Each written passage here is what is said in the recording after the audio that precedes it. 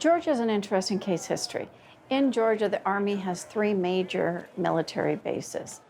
We were looking for locations to put renewable energy. At the same time, Georgia Power was decommissioning 15 of their coal-fired power plants. And so they were looking for their next generation power source. So once the utilities understood that there was an opportunity for them, they really stepped up.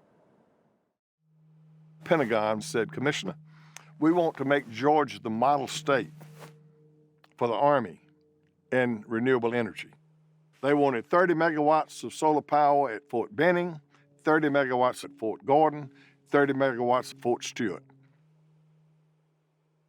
Then what happened? The Navy comes forth and said, we want 30 megawatts of solar power for the submarine base. Then the Marines at the Logistics Center in Albany, Georgia, said they want 31 megawatts of solar power there.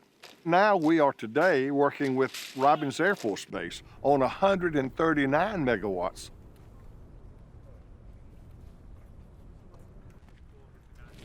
One essential ingredient for our success there was the strength of the partnership. In the event of a grid outage, Georgia Power would sell that power directly to us. So they installed smart inverters so that when the power goes down in the rest of Georgia, that power will be channeled into our installation. These military projects are owned by Georgia Power, is done in a way that benefits all customers. The energy from those facilities flows back to the grid so that all Georgia Power customers get to benefit from that long-term price certainty and the other benefits that come along with solar. The other thing is the Army had the land, so they didn't have to do eminent domain and disrupt the local community. We have land that's buffered between Army activities and the community. Why not put it to productive use? We have what's called in the utility business the avoided cost. In other words, this is what it costs you to produce that kilowatt of electricity.